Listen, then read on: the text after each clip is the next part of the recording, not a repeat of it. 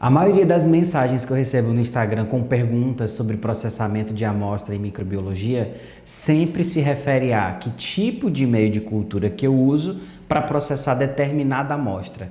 Porém, o que as pessoas não sabem é que você precisa conhecer a química que há por trás dos meios de cultura para entender melhor como eles funcionam. Tem meios de cultura que têm muitas funções e que você pode usar desde a indústria de alimentos até a microbiologia clínica. Então é muito importante conhecer como interpretar as bactérias que crescem ali, naqueles meios de cultura. Então, no vídeo de hoje, eu vou te mostrar 3 meios de culturas utilizados na rotina da microbiologia e a função de cada um deles. Eu vou te ajudar a descomplicar 100% e saber qual é a diferença entre esses meios de cultura. Então já pega o seu jaleco e vem comigo que a gente vai para o laboratório. Só que antes eu tenho alguns recados. Aqui na descrição desse vídeo e no primeiro comentário fixado, eu tenho um link de um treinamento gratuito em microbiologia. Esse treinamento fala sobre rotina em microbiologia. Você vai aprender desde as bases ali,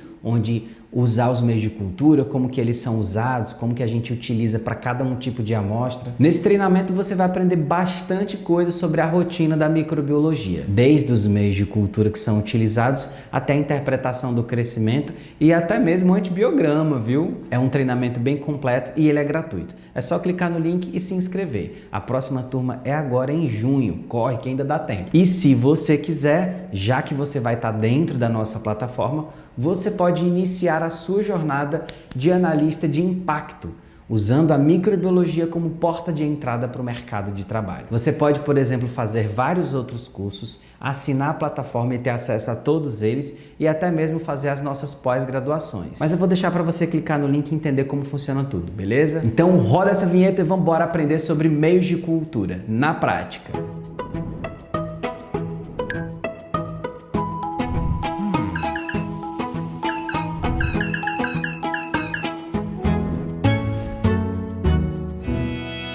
Microloucos, é muito comum eu receber essa pergunta. Como que eu processo a amostra em microbiologia? Que meio de cultura utilizar para processar amostras? Se eu tenho, por exemplo, uma urina, onde eu processo? Se eu tenho uma secreção, onde eu processo ela? Onde eu semeio as amostras? E, inclusive, se você não sabe como semear, tem um vídeo aqui em cima no card que eu ensinei como fazer isso na prática também. Embora essas perguntas sejam muito importantes e que sim, existem meios de culturas que são bem específicos para cada tipo de amostra, é importante você entender a diferença entre os meios de cultura.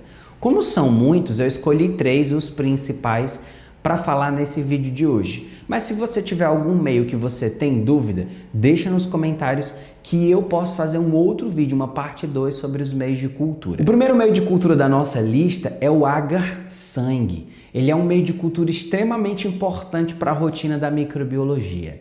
Esse é um meio de cultura à base de sangue. Sangue de quem? De humanos? Não. Nós não usamos sangue humano para fazer meios de cultura. A gente usa sangue de alguns animais, como por exemplo, carneiro, coelho e até mesmo sangue de cavalo. Esse sangue que vai no agar-sangue, ele é um sangue desfibrinado, então por isso que ele fica um meio de cultura bem vermelhinho e bem bonitão. O agar-sangue é um meio de cultura não seletivo, diferencial e que ajuda demais a gente a trabalhar o processo inicial da identificação de algumas das principais bactérias, em especial as gram-positivas. Mas, como eu falei agora há pouco, ele é um meio de cultura não seletivo. Então, na prática, o que isso significa dizer? Significa dizer que você tem o crescimento de bactérias gram-positivas, bactérias gram-negativas, fungos filamentosos e até fungos leveduriformes. Então você pode ter pelo menos 4 formas, 4 morfologias, 4 tipos diferentes de micro-organismos crescendo aí nesse meio de cultura. Então agora que você sabe que ele é um meio de cultura não seletivo, porque ele não seleciona nenhum tipo de micro-organismo, o que torna ele, então, um meio diferencial? Bem, a segunda característica mais importante é o fato de ser diferencial. E o que isso significa dizer? A maioria das bactérias podem produzir enzimas ou substâncias específicas. Algumas dessas enzimas são as hemolisinas, ou seja, enzimas especializadas em quebrar, em lisar os eritrócitos. Portanto, se a bactéria tem essa enzima, a gente consegue observar com a produção de um halo ao redor da colônia daquela bactéria. E existe pelo menos 2 padrões de hemólise que você precisa aprender: a beta-hemólise e a alfa-hemólise. Quando não há nenhum tipo de hemólise, a gente chama de gama-hemólise, sendo a beta-hemólise uma hemólise total e a alfa-hemólise uma hemólise parcial. Só para você entender, Streptococcus pneumonia faz alfa-hemólise, ou seja, hemólise parcial. Já Staphylococcus aureus, por exemplo, faz hemólise total. Agora eu vou te falar o segundo meio de cultura que também vai sangue na composição, mas não é o H-sangue.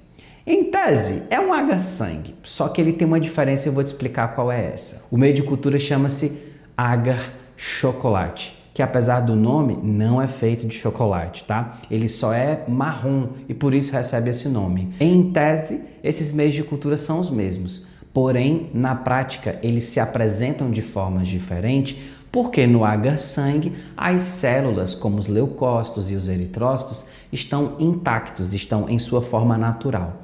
Já no agar-chocolate, essas células foram quebradas, foram lisadas no processo de produção do meio de cultura, fazendo com que esse meio seja excelente para bactérias fastidiosas, ou seja, bactérias que são nutricionalmente exigentes. Por que isso? Quando a gente quebra os eritrócitos, quando a gente quebra os leucócitos, a gente expõe muitos componentes nutritivos que estavam dentro dessas células, como hematina, imina, várias vitaminas. E como tem bactérias que são extremamente exigentes, a gente precisa ainda mais suplementar esses meios de culturas com algumas vitaminas. Então a diferença visual entre H-sangue e chocolate é a cor, mas a diferença química, digamos assim, está na composição. O H-chocolate, por exemplo, se apresenta ainda mais nutritivo, já que as estruturas internas das células foram expostas,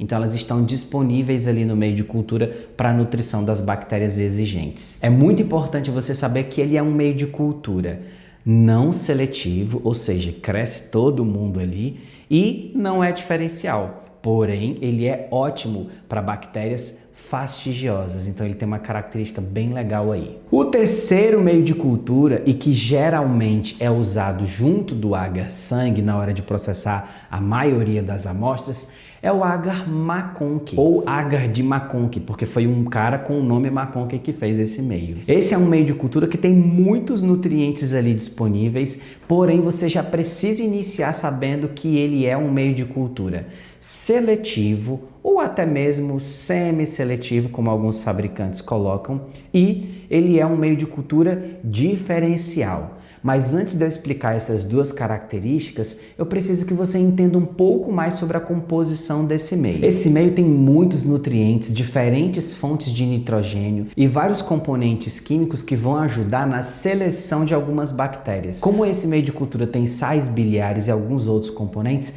ele inibe o crescimento, por exemplo, de alguns gram-positivos. E é aqui que a gente entende por que ele é um meio de cultura seletivo. Uma hora que ele seleciona bactérias gram-positivas, ele deixa crescer apenas gram-negativas. Mas o que torna ele um meio de cultura diferencial? Como esse meio de cultura tem lactose na sua composição, a gente diferencia as bactérias que são fermentadoras da lactose, que é um carboidrato complexo, né? Tem glicose mais galactose ali, e as que não conseguem fermentar esse carboidrato. Então a gente tem algumas bactérias que são diferenciadas inicialmente com essa prova. Por exemplo, Escherichia coli é lactose positiva, já Pseudomonas ou Acinetobacter é lactose negativa. Gostou de conhecer sobre os principais meios de cultura na prática? Eu espero muito que sim. Não se esquece, aqui na descrição desse vídeo ou no primeiro comentário fixado tem um link de um treinamento gratuito para você fazer em microbiologia, onde a gente fala sobre tudo isso,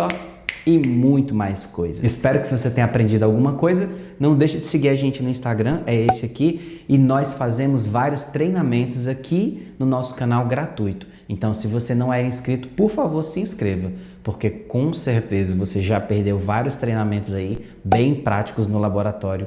Então, se inscreve e ativa o sininho de notificação para você não perder os próximos treinamentos. E assim você consegue andar tranquilamente pela jornada do analista clínico de impacto, usando a microbiologia como ferramenta, como porta de entrada para o mercado de trabalho. Um grande abraço e nós nos vemos no próximo vídeo, semana que vem. Tchau, tchau!